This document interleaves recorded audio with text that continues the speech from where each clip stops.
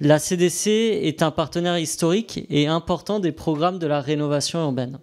D'ailleurs, sur le site de la CDC, vous rappelez les chiffres clés du premier programme de rénovation urbaine, le PNRU, qui a eu lieu de 2003 à 2013.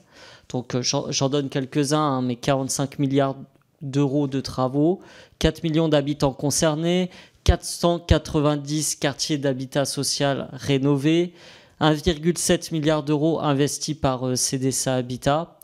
Et les chiffres du NPNRU, c'est-à-dire le second volet du programme national de la rénovation urbaine, sont aussi éloquents avec 200 quartiers d'intérêt dit national et 250 quartiers dits d'intérêt régional. Voici désormais 20 ans que l'ANRU a démarré. Il est peut-être temps d'en faire un bilan. Aussi, je profite de votre présence pour vous demander votre avis.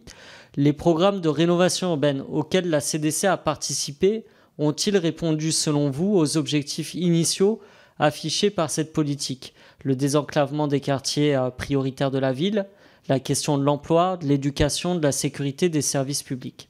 Ne pensez-vous pas qu'il faille peut-être réorienter la rénovation urbaine sur une politique de planification écologique urbaine dont les quartiers prioritaires de la ville pourraient être les pilotes, en particulier en y lançant massivement, plutôt que des démolitions systématiques, des rénovations thermiques et phoniques d'ampleur. À ce sujet, selon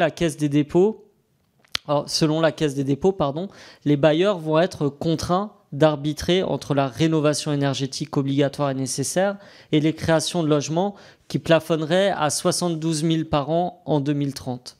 Les 1,2 milliard d'euros d'aide annoncés par le gouvernement lors du précédent congrès HLM pour financer la rénovation énergétique du parc social ont été gelés cet été et seulement 150 des 400 millions d'euros prévus pour l'année seront déboursés par l'État. Comment allez-vous arbitrer entre rénovation énergétique et création de logements ?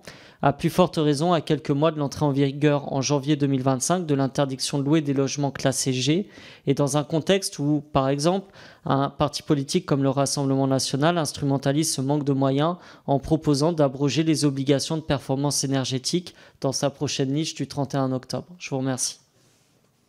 Merci, il vous reste 40 secondes. Désolée. Pour un sujet aussi vaste que l'ANRU, j'essaie d'être très brève.